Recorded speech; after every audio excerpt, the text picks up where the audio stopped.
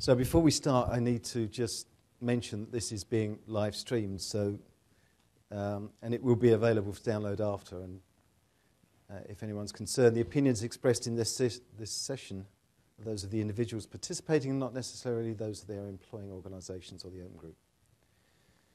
So, tell me about the Edison Award. Interesting. The Thomas Edison is the organization in the U.S. particularly, I think, but it's all over the world.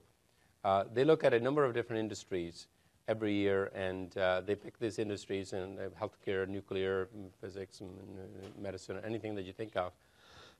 10, 15 different categories. So they invite people to submit their solutions for that particular industry. Then they take your synopsis and send it to 500 plus people to evaluate to see which one of those solutions are worthy of first, second, and third. And this is a solution that I talked about. We were awarded a Edison Award for 2012 being the most innovative healthcare solution. Fantastic. One of the things I liked, particularly at the end of the story, it was just tacked on, was the concept that the chief architect oversees everything, right? And this is different than the chief architect working for the CIO. True, because what happened in this case, is the story is that we have in healthcare, especially because the way the hierarchy works, we have a very smart doctors and nurses and other people, clinicians that are working on it. We have very smart technical people. Somebody needs to glue them all together, and this was the responsibility that was assigned to me by the steering committee and the board, and saying that's your job, and your job is at the end of the day is to get this thing done on time, on a budget, at the dollars, and blah blah blah. You know what I'm saying? Because one thing is that they have intention of commercializing this thing. And if you leave it to researchers, they will be researching for eons to come. And in the meantime, everything has gone by. So this is where, as an architect, his responsibility is to not only we have to solve this problem, we have to solve it in time and take it to market and commercialize it, because we got a lot of other projects to fund from the money that we're going to raise here. And that's more analogous to building architects than the current situation in IT. Right, exactly. At the end of the day is that we are evolving to that point. I think somehow we got lost the message is that when I first started working as an engineer, the job was to solve the problem, not just to build a system to some requirements written by somebody who may not necessarily understand the problem. And I think that's one of the when we have, if anybody's interested, we have a chief architect open certification requirements. Take a look at the conformance requirements. If you think that those are about IT people, think again. Because those are, if you are a world-class CIO, if you think you're a world-class CIO, you actually have all of those characteristics. If you don't have all of those characteristics, you're just not. And that's all there is to it. And if anybody is ever interested in looking at what are the skills of a chief architect or in an organization, have a look at that thing.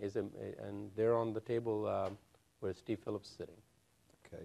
So Chris Ford has got a question, I believe. Chris? So you concluded the slide about how TOGAF is helping. The question we have is, how can we increase innovation when using TOGAF? Can you repeat the question? Yes. How can we increase innovation? And you know what? This is the funny thing is that about innovation, and TOGAF is about innovation, because the way the architecture requirements get articulated is that nobody gives you and saying, this is my architecture requirement. What people describe in architecture requirements is that this is the outcome that we're looking for. What's preventing you from getting there? So architecture requirements are obstacles that are preventing you from performing at the level that you think that you want to perform. That is all about innovation. And so at the end of the day, you have 1,000 plus architecture requirements. Now you've got to find a solution that meets all of them. Now that is about innovation. And innovation input is architecture requirements is about innovation. And method helps us manage it. Do you have a microphone, Chris? Because this is live stream.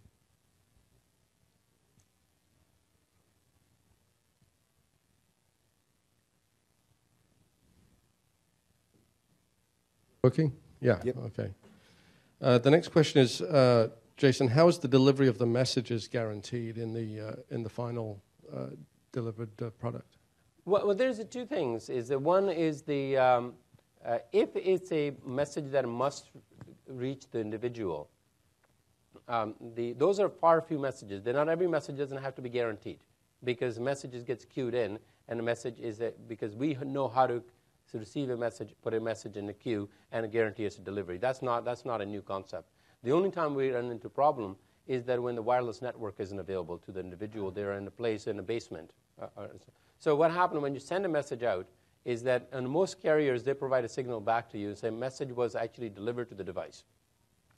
So that's one way. And next thing that we actually have is that because when you're getting immediate message, it's important that you respond to it.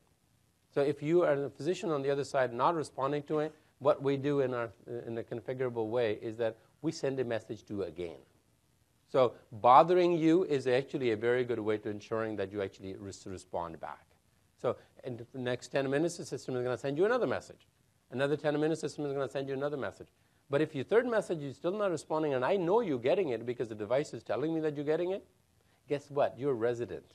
I have an attending to go to. So I'm going to escalate this, and now you got two problems. Now you got attending to explain to why you're not responding to this message, and you still have to respond to the message. So that works. Okay. That's it. All right. So tell me a little bit about the other people on the team, what, their discipline, where they came from. We have a very very complex team. We have physicians who are head of their practices, and then we have nurses who are the most incredible people that who you ever work with, and then we have allied health workers, social workers, a PT and OT and speech pathologists, and even Padre in this whole picture. And then that's one side of it, and then there's a whole side of technical team, system developers and project managers, and one of the biggest piece of that is the organization change management people, because in training and all that stuff is that this is not a trivial undertaking. Communication is constant. Organization change management people play a huge role in this thing, because one of the challenges is that every 3 months we get a new crop of people. Like, you think that hospital completely changed the staff, because 99% of the work is done by the residents and the students, and every 3 months they change. So we have a new set of people. Like, we have a cookie cutter thing. That is, like, every 3 months, this is what happens. In our research and development section that we have this tool, we deploy a new capability every 4 to 6 weeks. And this small group of 200 plus beds that use this capability, and they keep redoing the research on it. So when we put something in there, we find out very quickly what doesn't work. It's the whole idea is the usability. Technology needs to be usable. If it's preventing me from providing care, I will not use it. And if I didn't give you something, that means I just gave you a bad solution. So there's a very large team. What are the dynamics like? How do you get them to form, storm, norm, and perform? They go into a very passionate thing at the end of the day, and they have very different views of how things need to be or not to be. And but at the end of the day, when it's a classical collaboration and a classical conflict management approach, but we're focusing on what results are, and that's one way. And secondly, they know that if we got it wrong today, we're going to correct it in 6 weeks anyways. So it's not a age-old thinking is that make hay while sunshine. Is that where people were thinking, like, I got to jam all my requirements in this release, because if I don't jam them in this release, nobody's going to come back to me for another 3 years. So idea is that nobody knows what the right thing is. If we all sort of think this will work, let's try it.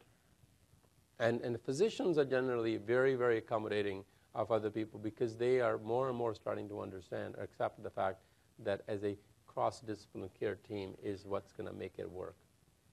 So the other thing that you had in common with Sasol, apart from improving capability and lowering cost, was this culture change, this change management concept. Absolutely. And I think the thing is that we hold people accountable to delivering results, but we don't give them the tools to actually adjust the things that they need to adjust in real time. So if you keep beating me up and they don't give me the tools to make changes, well, then after a while I become pretty numb. So it's all about a culture change. Mm-hmm. Like if you look at it, technology behind this thing, there was nothing revolutionary about it. And if you think about it, Facebook didn't have anything revolutionary either. But it changed a lot of things. But it's more of a culture change. And I think this is one of the areas where we have another step to take is in addition to what we do in architecture, we need to start thinking about how do we actually bring the culture change aspect into it and somehow make that as a bigger blob than anything else. Because I think that's one that kills us. Absolutely. And the other part of it is make the solution intuitive. Absolutely. Yeah. Because the principle that we were given is that doctors will not go to training. And it's not that they don't want to go to training, because it's just a reality of the situation is this.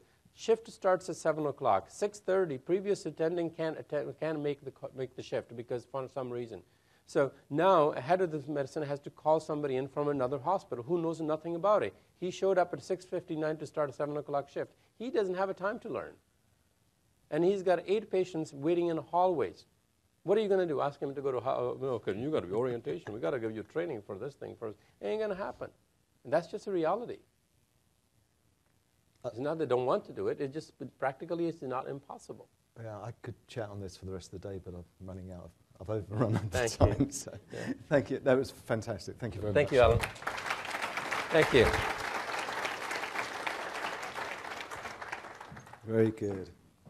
So let me see what I've got to forget now. You can't forget me. I'll never forget you, Joe. I said wonderful things about you yesterday, and you weren't here.